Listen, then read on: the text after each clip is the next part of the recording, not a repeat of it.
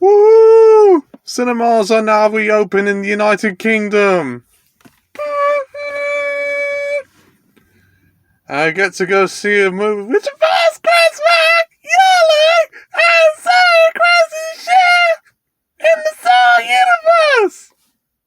So I had to do that because he's a hilarious person. And he says some really wild stuff.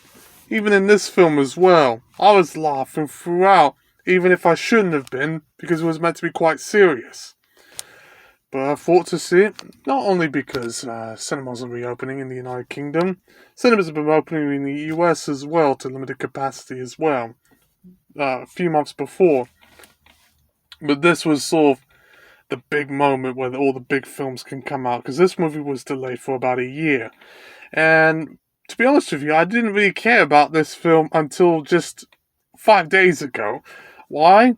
Because the actor and some of the interviews and promotional campaigns that he done looked very funny and very hilarious. So I thought to give it a try based on that regards. And Chris Rock, for the most part, has always been very hilarious with Head of State and his spoken word album and comedy album, Bigger and Blacker. And there is no sex in the champagne room. None. So I thought, hey, might as well give it a try. The head smoke thing, with the no sex in the champagne room is definitely a winning element. But overall, the film actually wasn't as bad as I thought it would be. I don't really care for the Saw movies. Hostel does it better in terms of torture and gore. But in this film, actually has an interesting story. It talks about police corruption.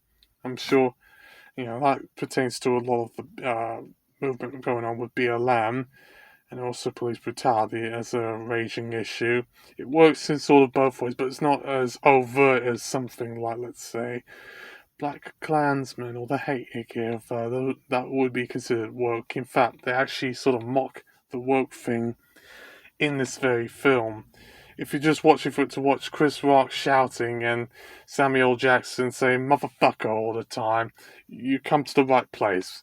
With heavy doses of blood, gore, violence, and guts to complement its 18 certificate. There was one scene that was very cringeworthy, involved a man's fingers being ripped out slowly in the torture chamber. That was a little nasty. But it is not quite as excessive as some of the other Saw films, I guess, because I've seen the clips of them, and I've seen the little traps and maneuvers that they put on the people themselves. It's very sadistic, it's very fucked up sort of stuff, and I don't think it's going to win very many people, even if it has Chris Rock in it. It is a little bit more thriller-oriented than it is just schlock. But hey, at least it's not Human Centipede or that film from Eastern Europe that was banned in multiple countries and still is to this day. So yeah, but the ending was shit. Let's just be honest with you. It was S-H-I-T. And that's all there is to say.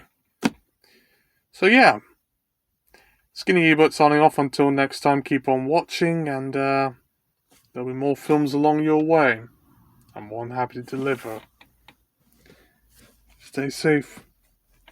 Even if the US government says, if you're fully vaccinated like me, you don't have to wear this. But I still will.